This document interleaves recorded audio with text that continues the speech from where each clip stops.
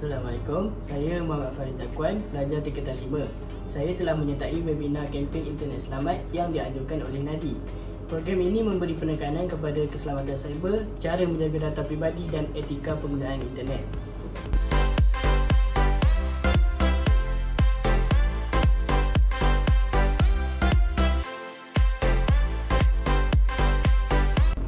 Melalui program ini, saya lebih peka dengan keselamatan data pribadi. Seterusnya, dapat mengamalkan penggunaan internet yang lebih selamat dan bertanggungjawab.